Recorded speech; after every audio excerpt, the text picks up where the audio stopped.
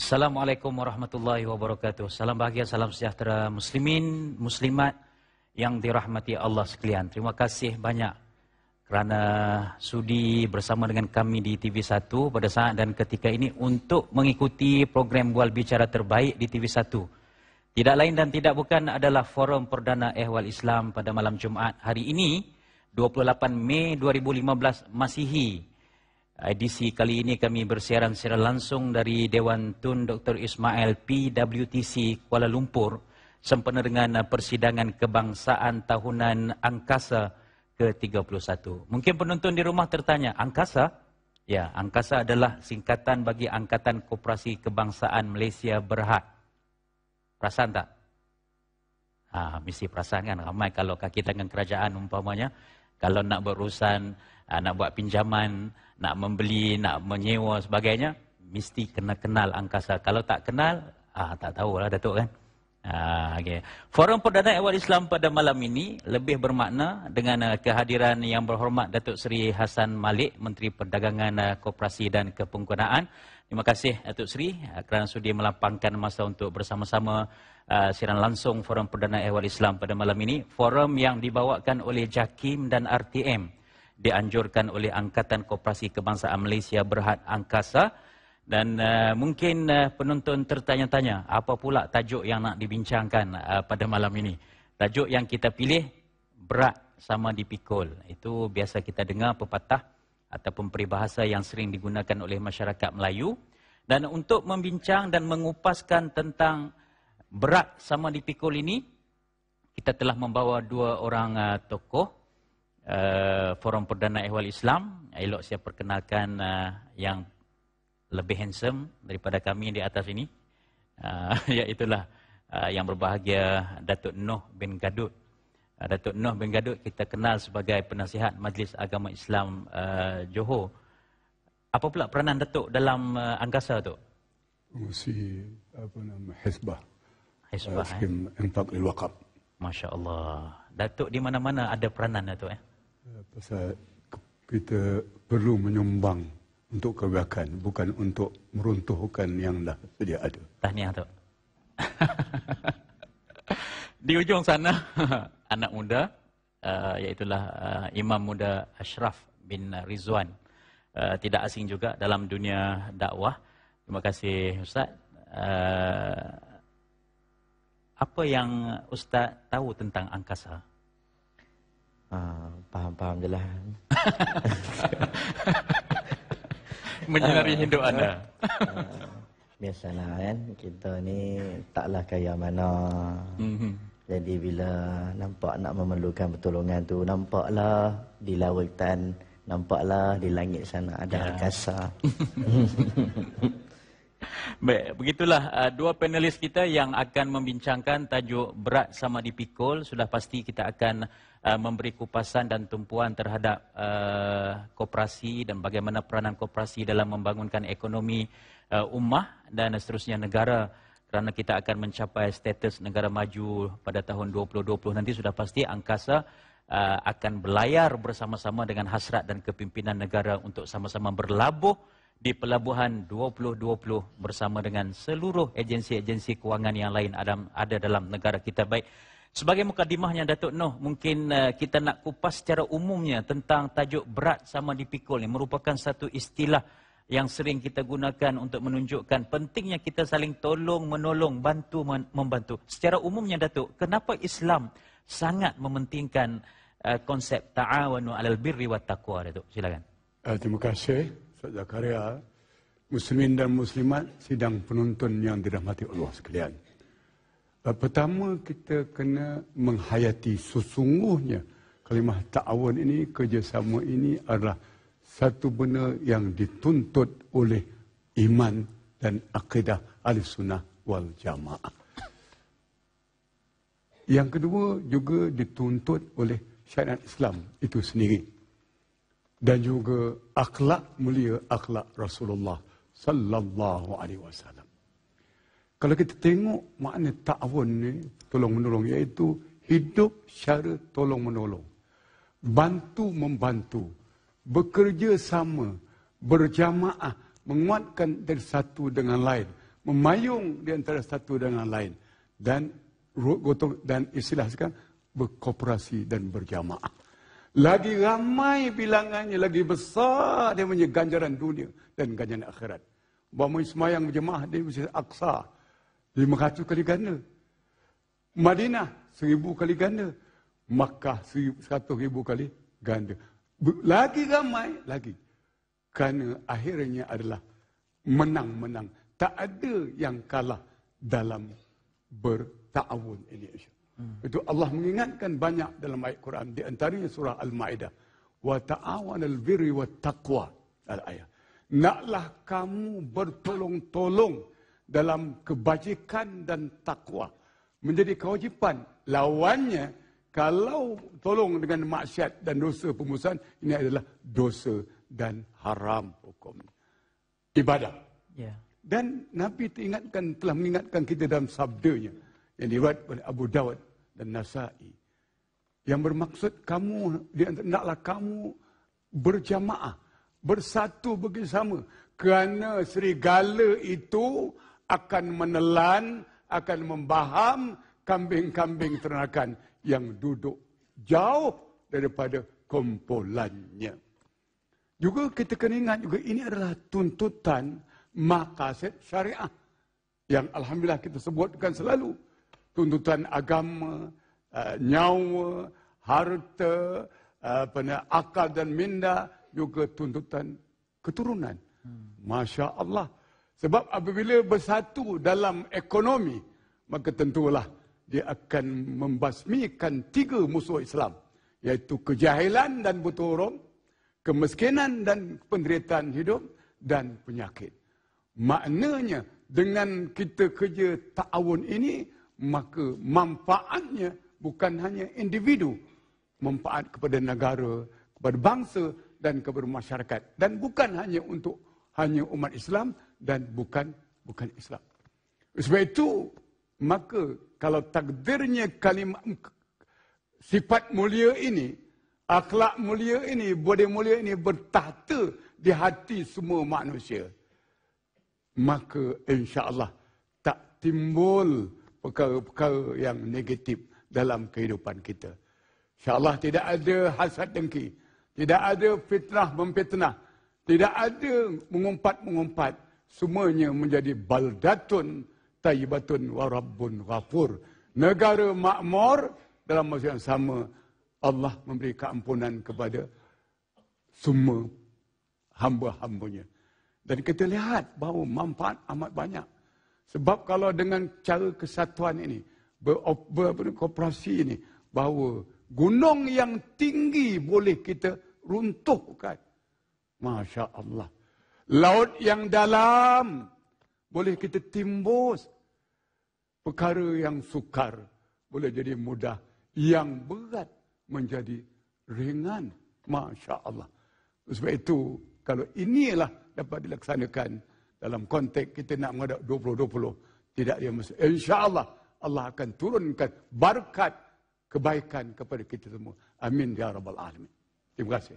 Terima kasih Datuk. Artinya Datuk semangat tolong menolong, berat sama dipikul, ringan sama dijinjing, itu dia akan membawa keberkatan dalam setiap aspek kehidupan kita. Tak kiralah sama bidang ekonomi, bidang politik, kenegaraan, bidang kekeluargaan, semuanya tu penting semangat untuk kita saling bekerjasama ini. Saya nak pindah pula kepada Ustaz Ashraf ya, dalam konteks kita berkooperasi ini, angkasa kooperasi ini. Kita melihat matlamat penubuhan angkasa ini juga sendiri adalah untuk membantu ekonomi masyarakat, ekonomi ummah itu sendiri.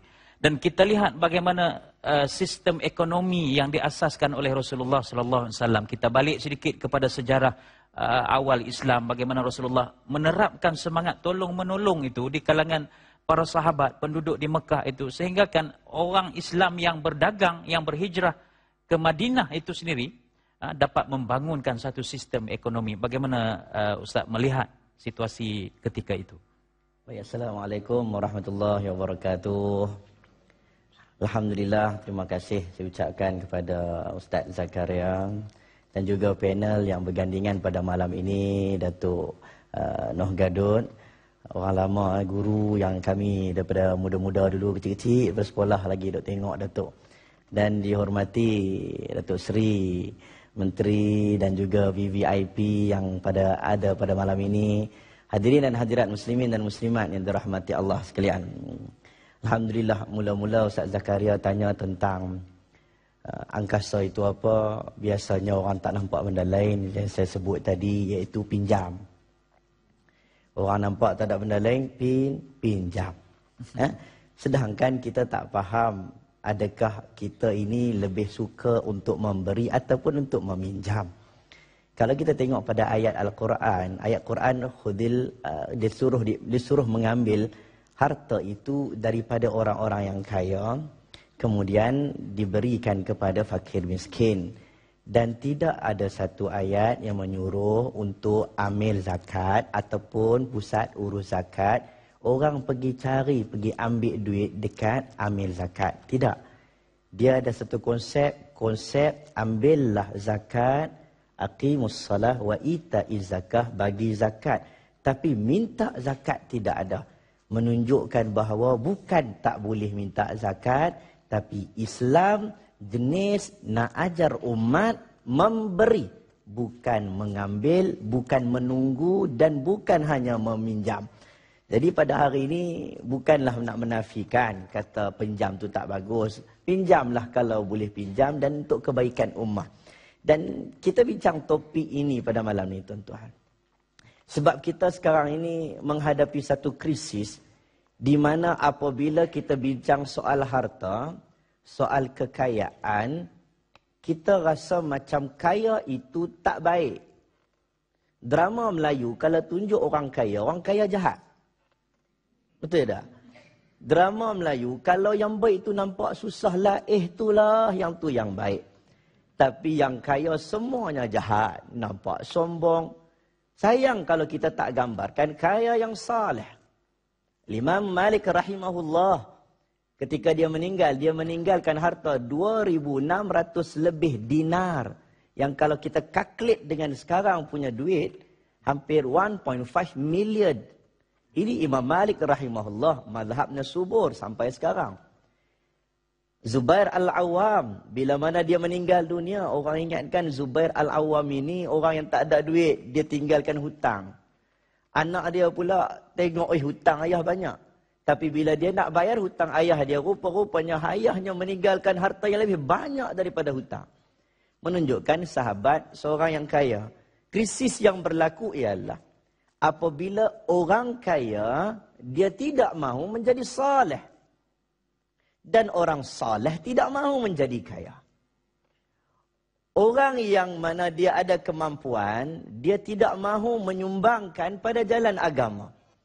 Dan orang yang mahu menyumbangkan pada jalan agama, dia pula tak ada duit. Ini yang berlaku konflik dalam umat Islam. Sebab itu kita tengok pada sejarah Nabi Muhammad SAW. Memanglah bukan kita boleh ambil semua sahabat Nabi dari sudut harta. Sebab sahabat Nabi pada mereka keberkatan rezeki. Kalau kita tengok sahabat Nabi, mereka menanam pokok ajwa subur sampai sekarang.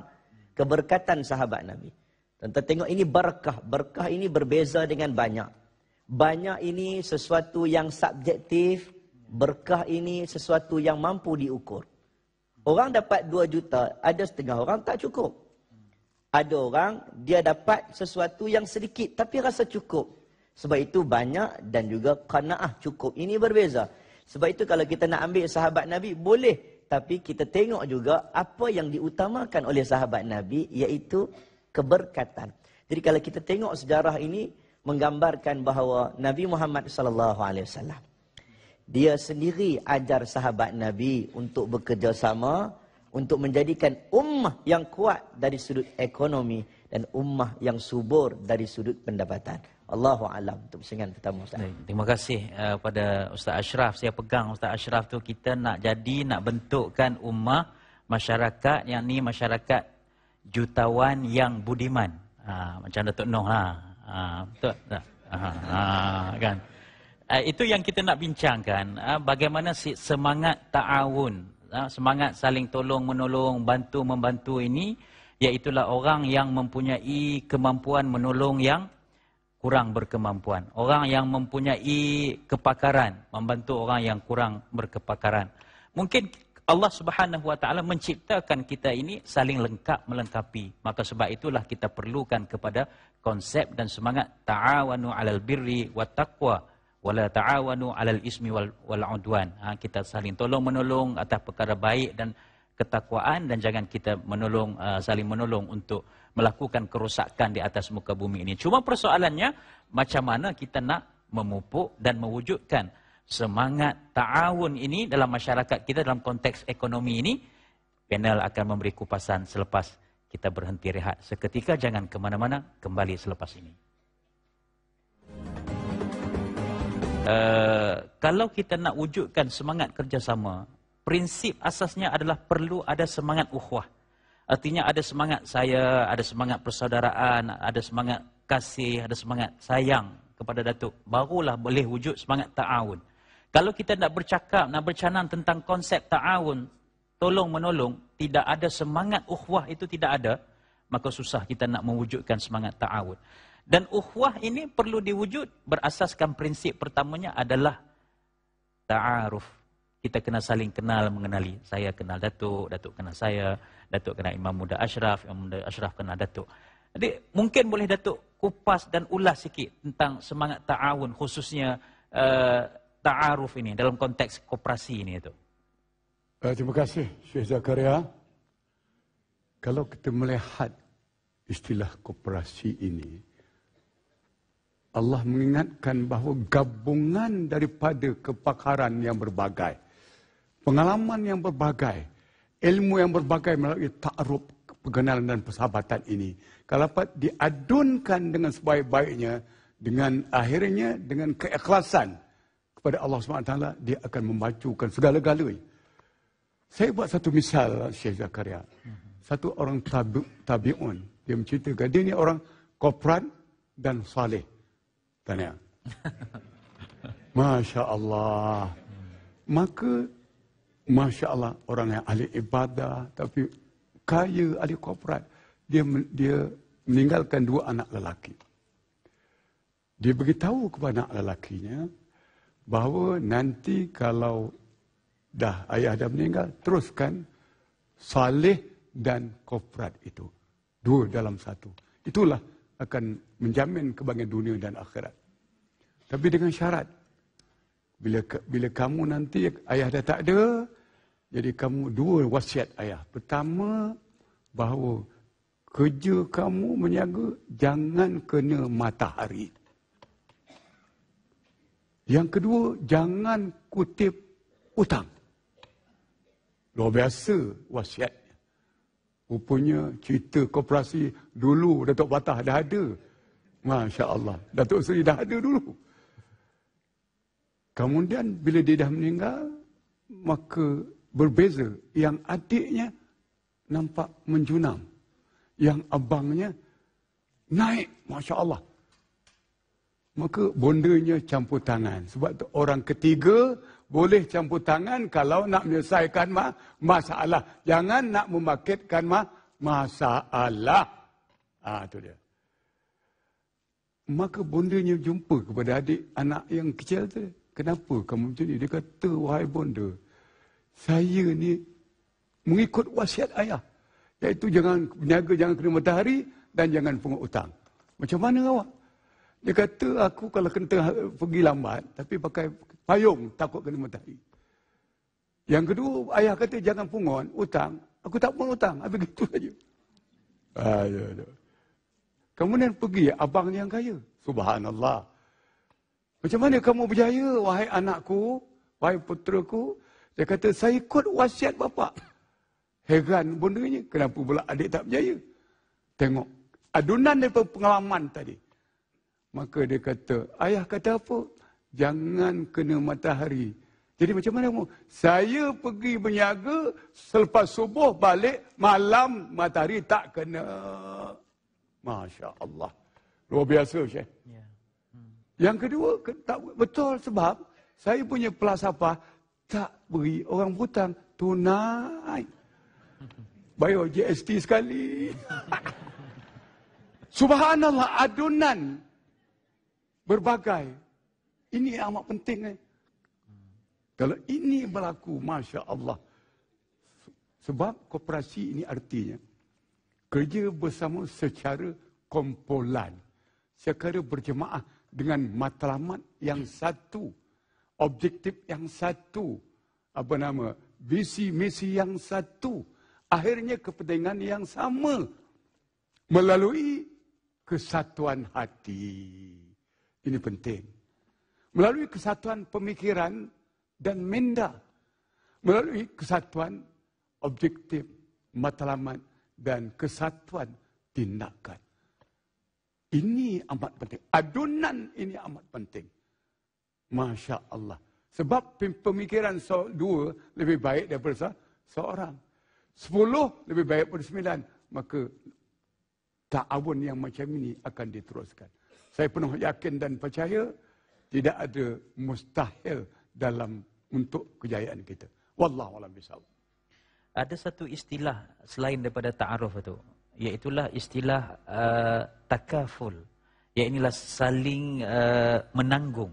Artinya kalau kawan sakit, kita pun tumpang sakit sama. Kalau istilah dalam peribahasa Melayu itu cubit paha kiri, paha kanan juga terasa. Tapi ada pula orang kata orang Melayu ni suka sangat dalam semangat iri hati, dengki. Dan ini Imam Muda Ashraf melihat merupakan satu cabaran kepada kita ni dalam nak mewujudkan semangat ta'awun, semangat saling bantu-membantu dalam konteks koperasi, dalam konteks nak membangunkan, nak membinakan ummah, dalam konteks ekonomi negara kita ini. Halangan-halangan seperti ini ni, macam mana pandangan Ustaz? Terima kasih Syekh Zakaria. Ya, naik pangkat sikit. Naik pangkat sikit lah. Dengan Datuk, saya bila Datuk salam saya tadi tu, dengan lembutnya tangan Datuk, sebut saya jutawan dan korporat, saya rasa macam nak makbul dah. Amin ya Rabbal Alamin. Tapi Datuk, inilah sebenarnya, bukan senang orang nak doa kejayaan orang. Betul tak? Kadang-kadang baru buka kedai sebelah, dah belum apa lagi dah doa, semogalah kawan ni meniaga tak kacau bisnes aku. Dia tidak doa kepada orang untuk berjaya. Kalau kita buka kitab-kitab tasawuf yang zaman salafus salih, Risalatul Mustarsyidin, contohnya Al-Imam Muhasibi, dia kata apabila seseorang itu, kalau kita tengok bandingan mereka dengan zaman kita zaman sekarang, kadang-kadang kita doa, Allahumma ghfir lil muslimina wal muslimat. Kita doa semua, ya Allah ampun dosa kaum muslimin dan muslimat. Beza ulama salaf, orang-orang salaf terdahulu, mereka sebut nama. Ya Allah ampunkan dosa Abdullah bin Mubarak, sebut nama. Kita boleh sebut, ya Allah ampunkan dosa lah Ustaz Zakaria. Amin. Kita boleh doa, ya Allah jadikanlah Muslim korporat yang soleh Datuk Noh Gadut. Dan juga jutawan Ashraf, contoh kan, dia sekali lah. Dia boleh doa. Sebab itulah kita katakan bukan senang, itu dia sebut doa. Kalau kita ambil sejarah, Nabi SAW pernah satu konflik berlaku. Bila sahabat Nabi radhiyallahu an mengatakan, ya Rasulullah, engkau menggalakkan asabiyah. Ada satu petikan hadis. Hadis sahih yang mana Nabi satu hari Nabi berbangga dengan kaum Asy'ariyin. Satu kaum yang mana bila mereka ini dalam keadaan kelaparan, mereka kumpul makanan di satu tempat. Kemudian yang ada makanan lebih, letak lebih. Yang ada makanan sedikit, letak sedikit. Kumpul satu tempat. Kemudian ketua kampung, ketua kaum, dia bedak-bedak. Bedak ni bukan bedak, dia agih-agihkan. Agih-agihkan. Dia agihkan kepada semua orang sama rata. Nabi kata, aku suka kepada mereka dan aku bersama dengan mereka. Maka ada sahabat bertanya, ya Rasulullah, adakah itu asabiyah? Nabi kata, tidak, itu bukan asabiyah. Kerana dia bukanlah membela orang yang salah. Asabiyah itu begitu. Dia bukanlah menegakkan benang yang basah. Dia tahu dia tak betul. Dia kata dia betul. Tidak. Tapi dia menolong kaum dia. Ini dibenarkan dalam Islam. Kalau kita tengoklah sebagai contoh, tuan. Kalau kita buka kita kitab, bukan kitab lah, kita kata cerita kita sama-sama kita lah. Kadang-kadang saya pernah sekali beli pisang goreng kan. Pisang goreng tu banyak pula dah kan. Ada banyak kedai pula. Ini pisang goreng cheese, ini pisang goreng coklat, ini pisang goreng awak, ini pisang goreng macam-macam lah, pisang emas, pisang macam-macam. Bila kita pergi kedai kat makcik ni, makcik, saya teringin pisang awak. Dia sambil duk gaul, dia kata, pisang yang tak ada tu lah kamu nak. Sebab dia jual pisang Rastali, yang ni jual pisang sana. Kedai berbeza, tuan-tuan. Tak salah untuk dia kata, nak pisang awak di depan sana. Tapi inilah orang kita. Benda yang simple. Sebab itulah bila Al-Quran sebut, ya ayyuhalladzina amanu la ta'kulu amwalakum bainakum bil batil illa an takuna tijaratan an taradin minkum. Kita ni jangan makan cari rezeki yang tak betul melainkan antaradin minkum. Satu urusan niaga yang baik. Yang mana Islam daripada awal lagi dah ajar kita tentang ada orang-orang yang mana akan cari rezeki yang tak betul. Tentang macam mana Nabi cerita tentang ayat Quran wailul lil mutaffifin, dah ada dah. Nabi cerita tentang bagaimana zaman Nabi menjaga keselamatan untuk berada dalam pasar, dilarang untuk membawa alat perang dalam pasar. Nabi bawakan pengharaman ihtikar, pengharaman sistem ihtinas. Ini pengharaman yang dilakukan oleh Nabi, sistem yang daripada dulu lagi.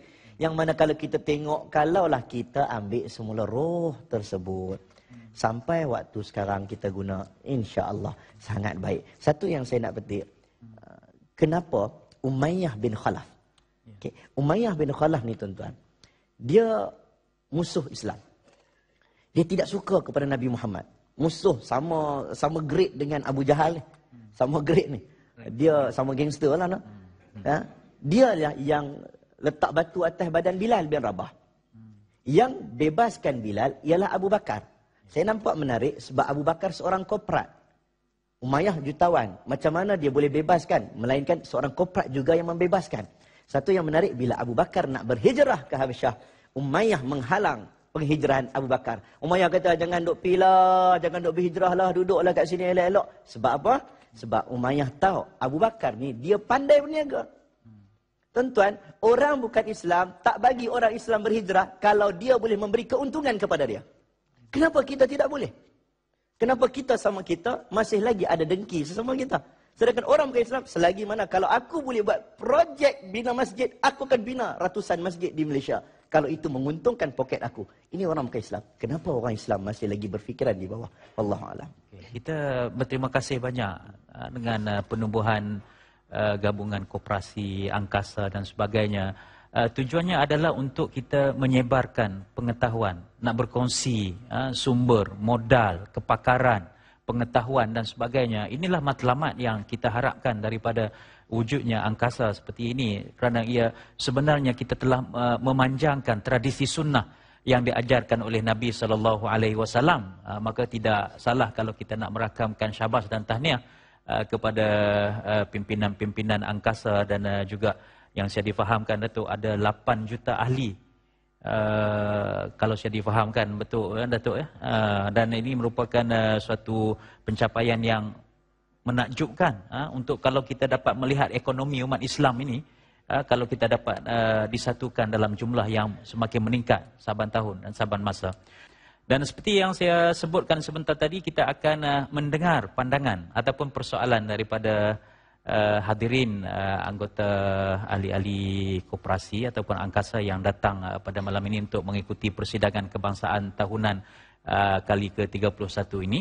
Mungkin mereka ada pandangan atau persoalan tentang tajuk yang kita bincangkan pada malam ini. Kalau telah bersedia, kita akan bersama dengan peserta pertama. Silakan. Bismillahirrahmanirrahim. Assalamualaikum warahmatullahi wabarakatuh. Kat mana? Waalaikumsalam warahmatullahi wabarakatuh. Ya, silakan. Saya Muhammad Azhari bin Ahmad dari Tanjung Malim, Perak. Tanjung Malim ya? Ya, Tanjung Malim. Anggota koperasi ke atau macam mana? Ya, anggota koperasi Kokita. Baik. Okey. Kalau kita perhatikan, alhamdulillah dalam gerakan koperasi dari sudut pengeluaran dan pembinaan produk kita dapati begitu memberangsangkan, alhamdulillah. Cuma kalau kita intai dari sudut yang lain, kita perhatikan dari sudut kemasyarakatan itu. Masyarakat kurang ta'awun dan takafulnya kepada produk yang kita bina, yang kita bangunkan, yang kita hasilkan. Masya-Allah. Didapati juga masyarakat lebih cenderung kepada produk-produk yang dihasilkan oleh bangsa lain mungkin, daripada negara lain mungkin. Jadi pada pandangan ahli panel lah, Itu realiti berlaku dalam realiti yang berlaku. Dan kita perhatikan begitu banyak yang berlaku sekarang ini sehingga lambatkan produk-produk yang bukan daripada kita yang bina dan bukan daripada kita yang proses ataupun kita yang bangunkan dia itu dipenuhi di pasaran. Jadi pada pandangan panel lah, mengapakah perkara ini boleh berlaku dan sering berlaku. Baik, terima kasih. Assalamualaikum warahmatullahi wabarakatuh. Terima kasih. Tuan ada bakat jadi panel suatu hari nanti. Mungkin Datuk Fatah mungkin boleh kita syorkan panel di kalangan ahli angkasa suatu masa yang akan datang. Konsep ta'awun, takaful yang disebut oleh penyoal tadi, mungkin Datuk boleh respon. Pertama sekali, ini sikap sebenarnya. Jati diri, semangat patriotik tak ada dan tidak menghayati sabda baginda yang bermaksud perumpamaan. Orang Islam ni dalam kasih sayangnya, tolong menolongnya, belas kasihannya, bantu-bantu sebagai satu tubuh. Bila mana tubuh ini sakit satu, semuanya akan terasa tak boleh tidur dan demam. Ini adalah jelas sekali. Dan semua sikap ini yang dikatakan bahawa pepatah kera di hutan disusukan, rumah anak di rumah mati kapan. Sikap itu sendiri. Mereka itu tidak mengetahui bahawa ini adalah fardu kifayah. Kalau takdirnya syarikat itu, koperasi itu tutup, dengan sebab kita tak bantu, kita orang Islam adalah berdosa. Dan juga kalau kita bantu, maka kita, mungkin sebab kita bantu itu untuk membantu, itu salah satu sebab kita diredha oleh Allah masuk syurga. Sebab kita membantu sebab tadi, bahawa akan membasmikan kemiskinan dan sebagainya, pendidikan dan sebagainya. Kita tahu bahawa umat Islam ni pada keseluruhannya banyak yang miskin, banyak yang masih jahil lagi. Ini sikap. Kita bimbang bahawa kita telah merdeka 50 tahun yang lebih, tapi sikap kita masih dijajah. Nak mengagung-agungkan yang luar. Padahal kadang-kadang yang luar itu belum tahu halal lagi. Sedangkan diperintah oleh Allah oleh kita dalam ayat yang bermaksud bahawa wahai manusia, naklah kamu makan daripada bumi ini, daripada benda yang halal, yang taibah, dan jangan kamu mengikut tuntutan hawa nafsu. Ini kena penting kita melihat. Ini adalah satu ibadah, satu platform yang mesti kita teruskan bersama-sama. Dan juga kita kena, ini pun satu juga kadang-kadang satu segi. Itu segi pengguna, tapi kadang segi kita yang mengelola koperasi ni, kadang mutu nilainya kadang-kadang tak berapa bungkusannya. Dan ini perlu diambilkan perhatian. Perlu rasa saya kita ada R&D&I sekali. Ini perlu. Sebab sekarang persaingan Masya Allah. Luar biasa. Benda yang tak cantik pun kalau bungkus yang cantik, menarik. Menarik betul. Menarik betul. Masya Allah. Itu. Ini penting. Jadi kita kena belajar. Layanan kita, perkhidmatan kita, dan kita beritahu masyarakat.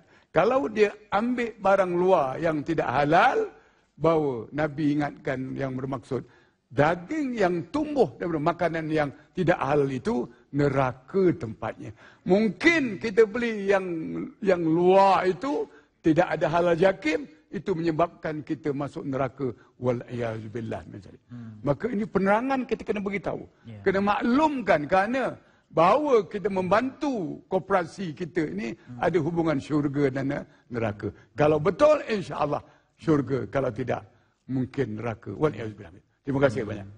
Undilah angkasa. Alhamdulillah, terima kasih banyak kepada Datuk ya. Memang itu realiti ya Datuk ya. Tapi ikutlah macam Datuk baju ni dari Johor tu ya.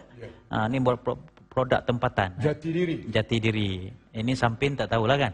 Jati diri juga. Alhamdulillah. Dan kita pun terima banyak komen daripada Facebook tu kan. Yang tak sempat saya nak sebut dan nak bacakan di sini. Tapi sebelum apa pun kita nak dengar satu lagi daripada penonton ataupun tetamu yang datang di Dewan Tun Dr. Ismail ini. Silakan. Assalamualaikum warahmatullahi. Waalaikumsalam. Saya Hasmida binti Baharum dari Bandar Sarjana Putra Selangor. Saya juga merupakan ahli koperasi Bank Rakyat. Masya Allah. Bank Rakyat ni adalah ahli gabungan angkasa lah. Ya. Ya. Lain macamnya jawapan ni. Terkesima sekejap. Terkesima. Ya. Okey, silakan. Okey, forum malam ni ya banyak berkisah tentang betapa pentingnya umat Islam menjana ekonomi melalui semangat saling bantu-membantu dan juga tolong-menolong ya.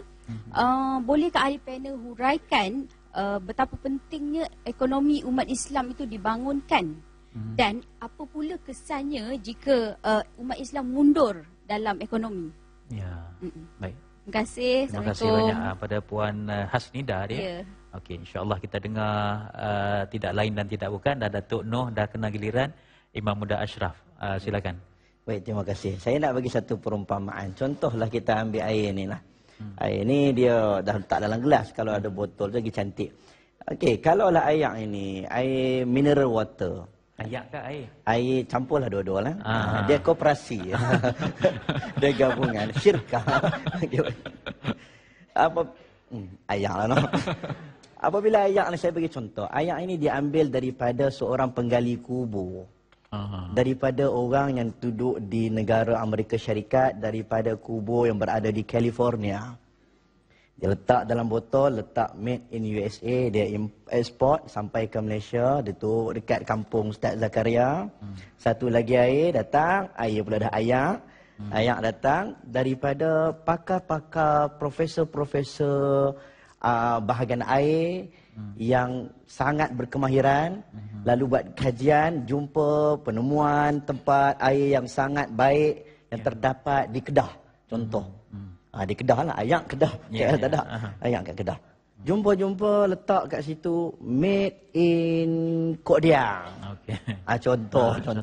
Kok Diang, Sanglang, Jeniang, semua lah Pendang. Kuala Nerang.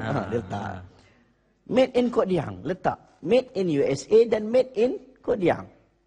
Yang made in USA harga RM2. Yang made in Kok Diang harganya RM1.50. Tapi bila orang kita tengok dua-dua ni, dia nak beli yang mana satu? Saya Kok Diang lah. Kadang-kadang orang kita tengok pada jenama. Saya bukan nak menafikan kata persepsi masyarakat itu melihat kepada ketamadunan. Ketamadunan sangat penting, dia boleh memberi gambaran terhadap nilai tambah termasuklah mutu sesuatu produk yang dikeluarkan. Persepsi sukar diubah. Kita yang perlu berubah. Persepsi akan mengikuri di belakang. Kita cuba dok kata banyak kali, produk kita bagus, produk kita bagus, produk kita bagus. Tapi kita tidak berubah menjadi bagus. Orang tetap tidak akan membeli. Tapi kalau kita berubah, akhirnya orang mampu mengikuti apa yang kita ubah tersebut. Saya tengok pada dalam soalan yang kakak tadi sebut. Kakak tadi cerita tadi tentang produk-produk kita, bagaimana nak meningkatkan ekonomi umat Islam. Saya tengok sebenarnya, alhamdulillah, setiap tahun kita melakukan perhimpunan di sebuah tempat yang mana pelancongan yang tidak akan pupus sehingga hari kiamat, iaitu kita akan melakukan ibadah haji. Memang benar, pergi haji bukanlah untuk kita membeli belah, kan? Tetapi alangkah baiknya kalau umat Islam boleh berkumpul di satu tempat, selain daripada berbicara tentang dia dan Allah, dia juga boleh duduk dan berbicara tentang kesatuan umat Islam, tentang ekonomi umat Islam, tentang perpaduan umat Islam di tempat yang sangat suci, di tempat yang paling ikhlas, iaitu bumi Makkahul Mukarramah. Tetapi sayang kita tidak menggunakan kesempatan itu. Jadi mungkin dia nampak duk pusing tangan 3-4 kali dah tak boleh nak hurai. Jadi insya-Allah ini sebagai kita punya cadangan, insya-Allah. Kita sambung nanti. Terima kasih banyak kepada Imam Muda Ashraf atas jawapan yang diberikan. Mungkin Puan Hasnida boleh sedikit jawapan yang disampaikan itu, nanti insya-Allah kita sambung. Kita akan berhenti rehat sekali lagi kembali selepas ini. Alhamdulillah, kita telah pun menuju ke penghujung perbincangan forum kita pada malam ini dengan tajuk berat sama dipikul. Datuk, kita ada masa yang sangat terhad, mungkin masa 1 minit lebih ni Datuk mewakili angkasa lah, pasal Datuk datang ni ada atas tiket angkasa. Mungkin apa yang perlu dilakukan oleh angkasa dan juga sokongan masyarakat kepada angkasa untuk menggerakkan ekonomi ummah? Terima kasih. Kalau kita melihat ahli angkasa sekarang 8 juta. Kemudian gabungan 12,000. Kita ada projek dan ada iaitu Al-Hizbah Infaq Lil Waqf. Katakan 1 bulan RM1 sudah 8 juta. Kalau RM10 80 juta, darab 30 tahun. Masya Allah. Ini jariah kita. Amalan kita. Sebab wakaf itu akan kekal pahalanya sampai bila-bila. Itu belum lagi zakat. InsyaAllah. Maka saya menyeru pada diri saya dan juga hadirin sekalian dan ahli angkasa itu, maka rebutlah fastabiqul khairat. Rebutlah, berlari lecek peluang untuk mendapat pahala, iaitu pahala yang kekal buat selama-lamanya. Iaitu anak yang saleh, sedekah jariah dan ilmu yang dimanfaatkan. Sebab kita bina ilmu. Berapa ribu yang akan lulus, maka yang mewakaf melalui Al-Hizbah Infaq Lil Waqf ini, Masya Allah. Dan boleh pula bahawa kita sebut itu, pahalanya kita hadiah kepada arwah ibu bapa kita, Masya Allah. Apatah mereka-mereka yang anaknya berjaya, tapi bapa tak dapat melihat. Maka inilah, insya Allah, begini akan terus berjaya dan berjaya.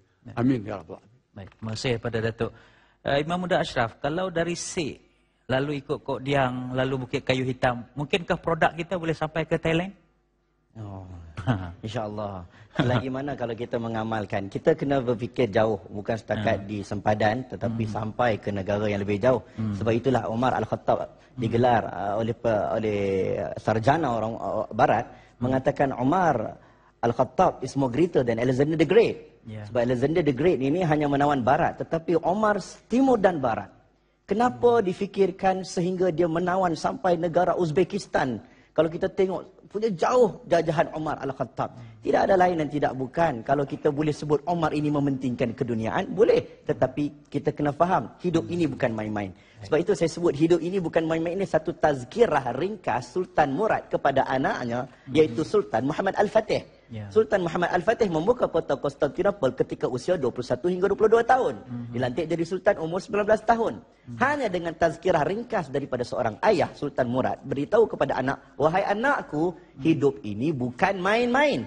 Sekali saja disebut, anak ingat sampai ketua. Sebab itulah, kalau kita dengar kata tokoh ulama Nusantara, iaitu Hamka, Pak Buya Hamka, sebagai contoh mengatakan, kalau hidup sekadar hidup, babi di hutan juga hidup. Minta maaf menggunakan istilah ini.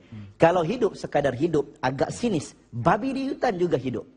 Tetapi kita hidup, biarlah kematian tidak mematikan kita.